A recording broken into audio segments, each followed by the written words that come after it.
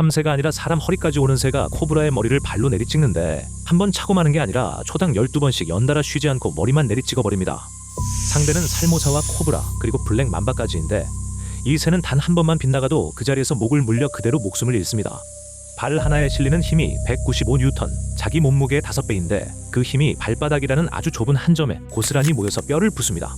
그런데 발이 실제로 닿아 있는 시간은 15mC뿐이라 사람이 눈을 한 번 깜빡이는 시간의 10분의 1밖에 되지 않는 아주 짧은 한순간인 것입니다.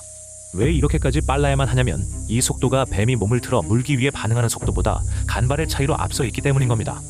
노리는 곳은 처음부터 끝까지 머리 한 곳뿐이라 두개골과 목뼈가 천 몇 번의 타격만에 그대로 부서져 나갑니다. 그리고 완전히 죽었다고 확신할 때까지 절대 멈추지 않는데 중간에 한 걸음 물러나 아직 움직이는지 확인한 다음에 다시 들어가 또 밟기 시작합니다. 다 죽이고 나서도 발로는 집어들지 못하는데 이 새의 발은 애초에 무언가를 쥐라고 만들어진 발이 아니라서 죽인 먹이는 부리로 물고 갑니다. 이 새는 분명히 맹금인데도 하루의 대부분을 걸어서 보내고 먹이를 찾아 하루에 수십 킬로미터씩 쉬지 않고 걸어다닙니다.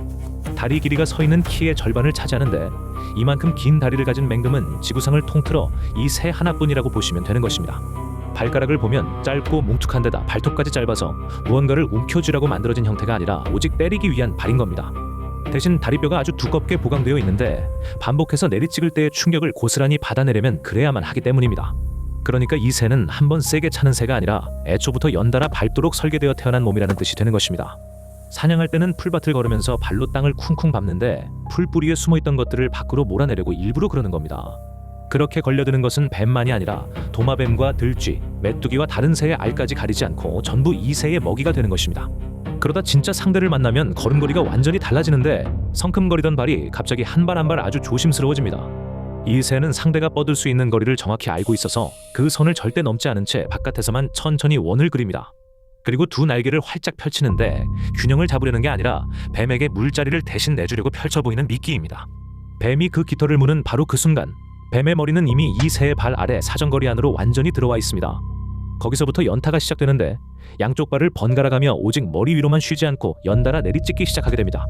이 과정에서 맨살인 다리를 물리면 이 새도 죽는데 실제로 사냥에 실패해 물려서 죽는 개체가 해마다 나옵니다. 그래서 확실해질 때까지 절대로 멈추지 않고 뱀의 몸이 완전히 늘어진 뒤에야 그제야 비로소 한 걸음 뒤로 물러섭니다.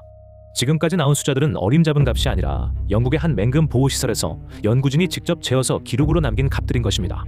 실험에 참여한 개체는 매들린이라는 이름이 붙은 수컷 한 마리였고 사람 손에 길러져 사람을 조금도 무서워하지 않았죠. 연구진은 인공잔디 아래에 힘을 재는 판을 묻어두고 그 위로 고무로 만든 뱀을 줄에 매어 끌어당겼습니다. 새가 그 위를 밟는 순간의 힘과 닿아있던 시간이 판에 그대로 기록되어 숫자로 그대로 남게 되었습니다. 그렇게 해서 실제로 나온 값이 195N이라는 힘과 15mC라는 접촉시간, 정확히 이 두 가지였던 겁니다. 사람이 눈을 한번 깜빡이는데 150mC가 걸리니 그 10분의 1 안에 승부가 완전히 끝나버리는 셈입니다. 그리고 실험이 진행되는 내내 이 새는 먹이를 발로 집어드는 모습을 단 한 번도 보이지 않았다고 기록되어 있는 상태가 됩니다. 번식기가 되면 이 새는 가시나무 꼭대기로 올라가 아주 넓고 평평한 나뭇가지 둥지를 여러 해에 걸쳐 조금씩 지어 올립니다.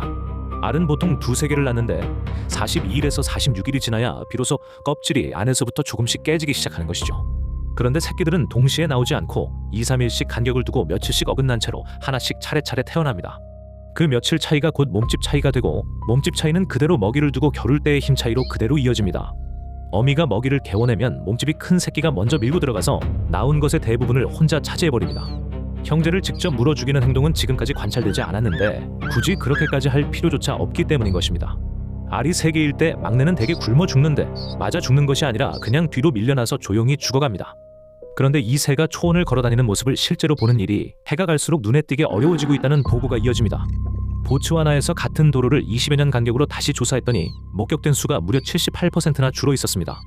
지금 야생에 남아있는 다자란 개체는 10,000마리가 채 되지 않을 것으로 학계는 추정하고 있고 그 숫자도 계속 줄고 있는 것이죠. 그래서 국제자연보전연맹은 2020년에 이 종의 등급을 취약종에서 위기종으로 한 단계 올려버렸습니다.